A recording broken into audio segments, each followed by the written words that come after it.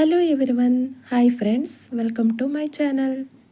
ఈరోజు నేను చేసే రెసిపీ కొబ్బరికాయ క్యారెట్ హల్వా. ముందుగా ఈ కొబ్బరికాయ మీద పొరంతా తీసేవాళ్ళండి, బ్లాక్ పొరంతా. నేను మొత్తము ఇలాగే తీసుకుంటాను.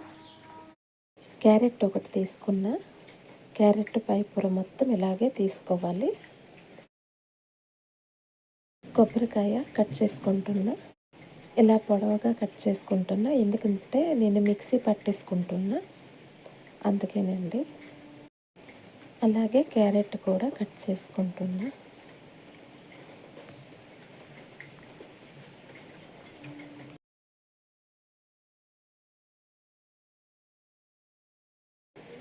ఇప్పుడు మిక్సీలో కట్ చేసుకున్న కొబ్బరికాయ మొత్తము వేసుకుంటున్నా.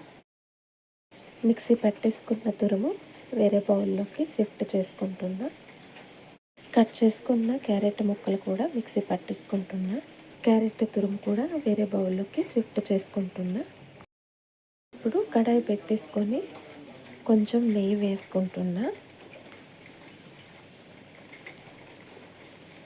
కాజు వేసుకున్నానండి, ఫ్రై చేసుకోవాలి. కాజు గోల్డెన్ కలర్లోకి ఫ్రై చేసుకుంటున్నా. ఇప్పుడు అదే కడాయిలోన కొంచెం నెయ్యి వేసుకున్న క్యారెట్ తురుము దీంట్లో వేసుకొని బాగా ఫ్రై చేయాలండి.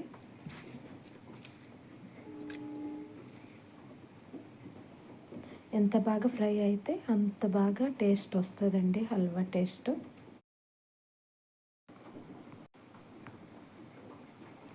చూడండి, ఫ్రై బాగా అయింది కదా. ఇప్పుడు కొబ్బరి తురుము వేసుకుంటున్నా.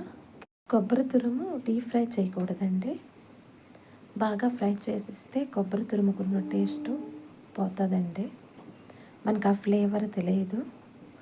అందుకే లైట్ ఫ్రై చేసుకుంటున్నా కొబ్బరి తురుము, అందుకే లాస్ట్లో కూడా వేసుకున్నా. క్యారెట్ బాగా ఫ్రై అయిన తర్వాత చూడండి, ఇలా ఫ్రై అయిపోయింది కదా. దీంట్లో నేను కాచి చల్లార్చిన పాలు వేసుకుంటున్నా అండి, గ్లాసుడు.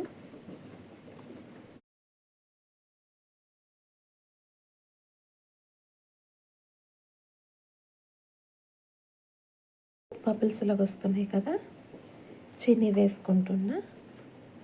స్వీట్ ఎక్కువ కావాలన్న వాళ్ళు ఎక్కువ చీనీ వేసుకోవచ్చు, తక్కువ కావాలన్న వాళ్ళు తక్కువ క్వాలిటీ వేసుకోవచ్చండి. నాకు సరిపడంత చీనీ నేనే వేసుకున్నా.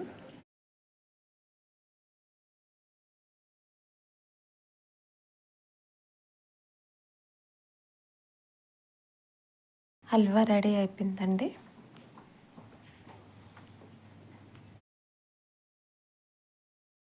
ఇలాచీ పౌడర్ వేసుకుంటున్నా.